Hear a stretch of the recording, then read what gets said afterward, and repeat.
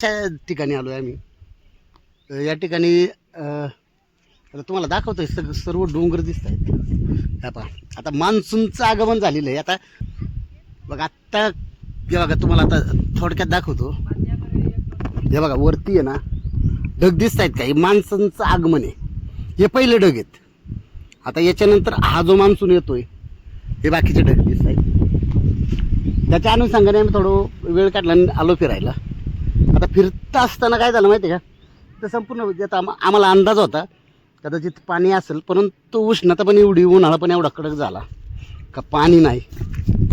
सगळे पाणी आटलेले आहेत, प्रत्येक झऱ्यातले, प्रत्येक याच्यातले. तेव्हा तिथं पाणी असण्याची शंका होती, आणि तर काहीच नाही. तो डोंगर दिसतोय. आता थोडं फिरता फिरता काय झालंय आम्हाला, बघा इकडं पण हा एक झरा आहे दुसरा, त्यात पण काय नाही. मस्त बघायचं. आता हे करवंद नाही बरं का, सेम करवंदवानी दिसत आहेत, पण हे करवंद नाहीत. तेव्हा असं झाडी, तो झरा, तिकडे डोंगर, तर कवळं ऊन पडलंय मस्त आहे बा. आता हे सेम करवंदवानी झाडी दिसते बा. हे सेम करवंद.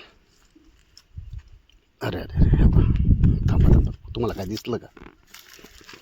हे बा,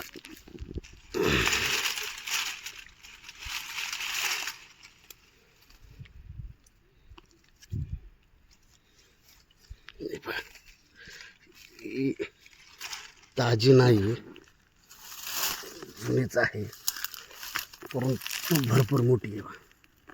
तिथपर्यंत त्या झाडापर्यंत गेली सापाची काटे. आता तुम्ही कसा अंदाज लावणार कुठल्या सापाची असू शकते, सांगता येईल का तुम्हाला?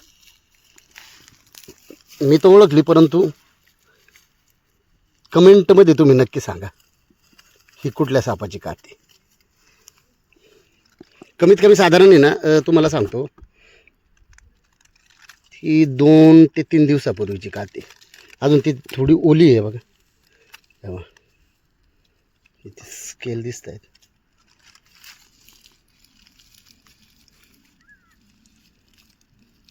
साधारण 4 फुटाच्या आसपास असेल.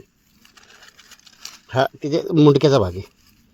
साप ज्यावेळेस कात टाकतो ना, त्यावेळेस तो कुठल्या तरी झाडाचा आधार घेतो, कारण ती कात त्याची स्केल गुंतली पाहिजे आणि त्याच्या शरीरातून ती निघली पाहिजे.